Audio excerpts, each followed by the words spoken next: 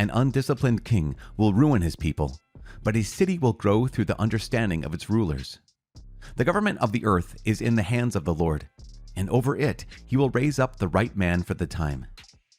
The success of a man is in the hands of the Lord, and he confers his honor upon the person of the scribe.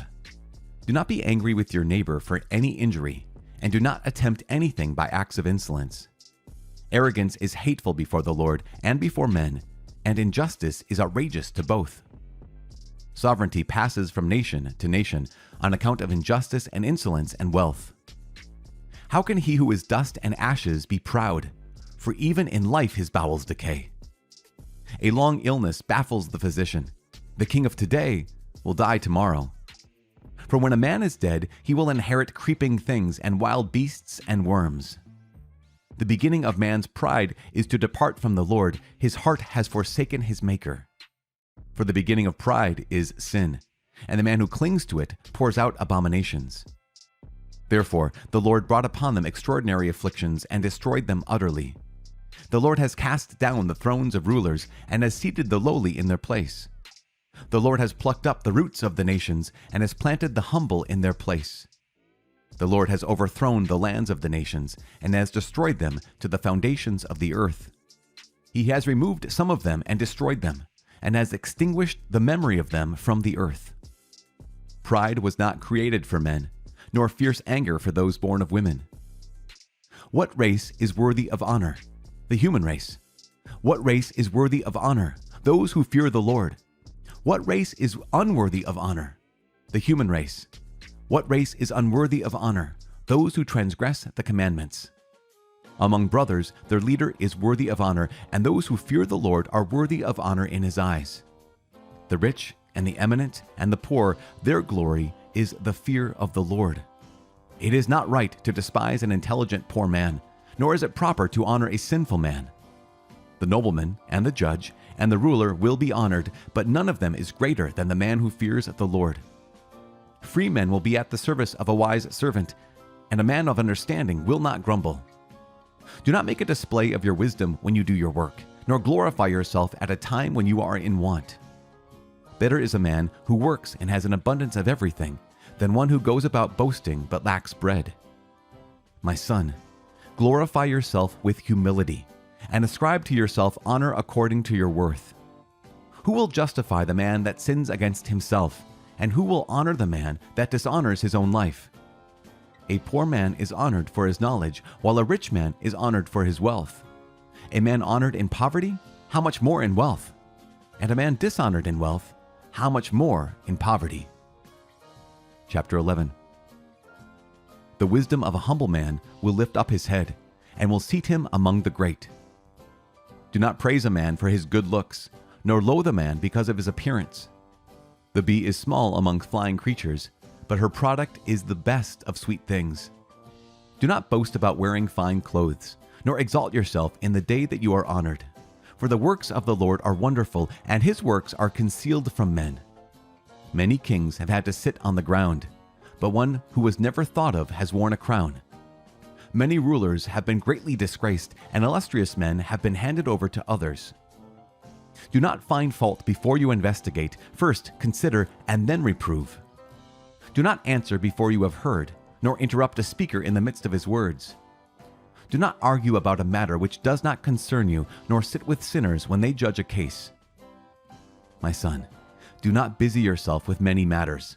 If you multiply activities, you will not go unpunished, and if you pursue, you will not overtake, and by fleeing, you will not escape. There is a man who works and toils and presses on, but is so much the more in want. There is another who is slow and needs help, who lacks strength and abounds in poverty, but the eyes of the Lord look upon him for his good. He lifts him out of his low estate and raises up his head so that many are amazed at him. Good things and bad, life and death, poverty and wealth come from the Lord. The gift of the Lord endures for those who are godly, and what he approves will have lasting success. There is a man who is rich through his diligence and self-denial, and this is the reward allotted to him. When he says, I have found rest, and now I shall enjoy my goods, he does not know how much time will pass until he leaves them to others and dies. Stand by your covenant and attend to it, and grow old in your work. Do not wonder at the works of a sinner, but trust in the Lord and keep at your toil. For it is easy in the sight of the Lord to enrich a poor man quickly and suddenly.